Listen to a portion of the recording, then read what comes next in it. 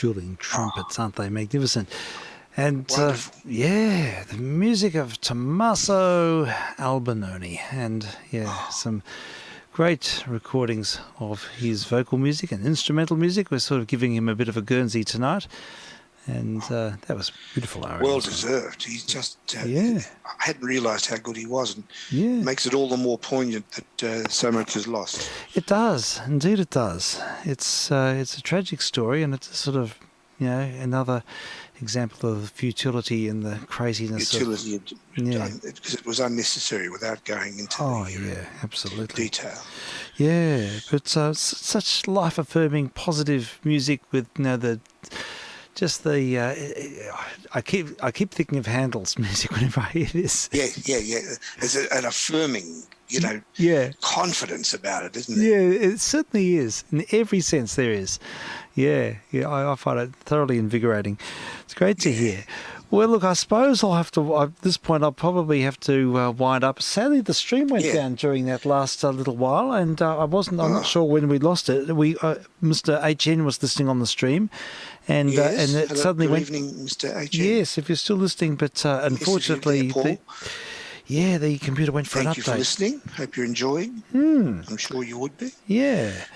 So we say hello to anyone. Jamie, if you happen to hear this at any time, I'll give you a call on Monday. Sure. But I hope you will. Yeah, very best wishes to Mr. J, and we look forward to very much to face-to-face missions and catching up and doing another nostalgia program. That'll be most excellent. And thank you to all listeners, and we appreciate your company and sharing in our love of great music. Indeed. It's something special, and I thank you so much, Frank. Thank you for your companionship, and it's just so much fun doing this. It's wonderful.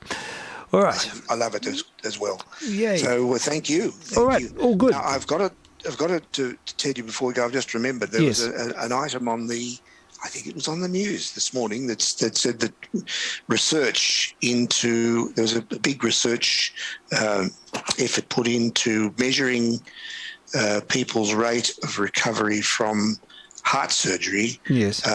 In two groups, one having been exposed to classical music and the other not, and there was a very significant difference in the rate of healing, and the people that liked the music were healing considerably better than the others. That's fantastic. It's great that it's something I've always felt innately that would be the case, but to have it actually in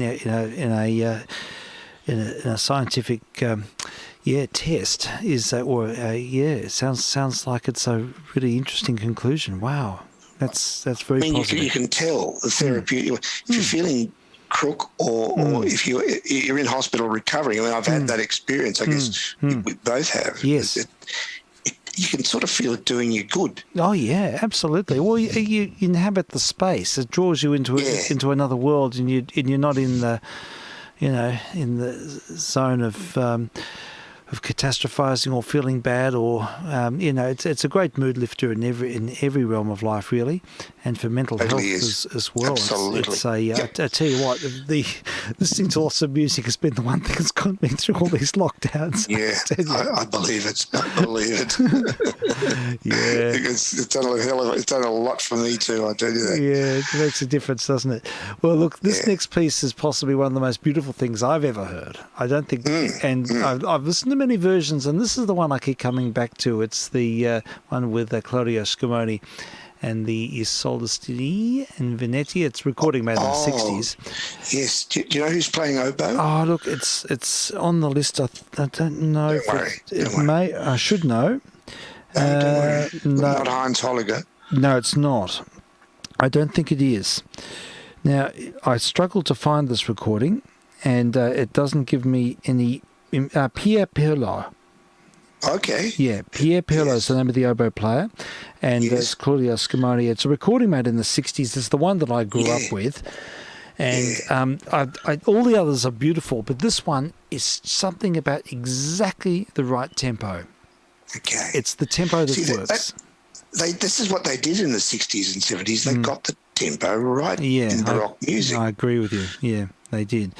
Yeah, everything's far too fast now, and you hear many versions of this played a lot faster and with a lot more embellishment, and somehow it loses something. And I think there's something, the simplicity of this performance, it just has a unearthly quality, and this would have to be one of the most beautiful things. I remember as a child hearing this on my grandfather's gramophone, and stereo system, and he lent it to me, and I played it over and over, and I even got some manuscript paper out, and I tried to write it down. As a 10-year-old, I tried to write it down.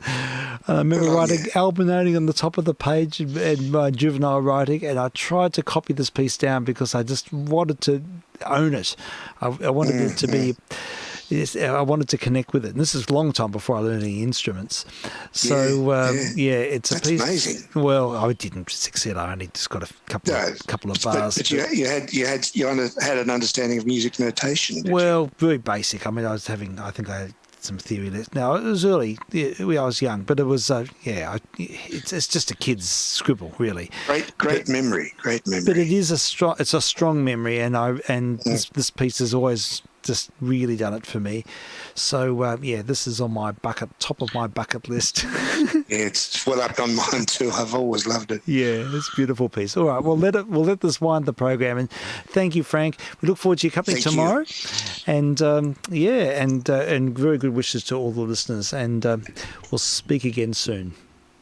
I'll drop off and listen on the wireless as usual. Sure, no worries at all. Well, this is vk3sl saying cheerio and all the very best. This is vk3jr alter ego on Zoomomatic dropping off. Cheers. Wishing all the best to the listener. Cheers.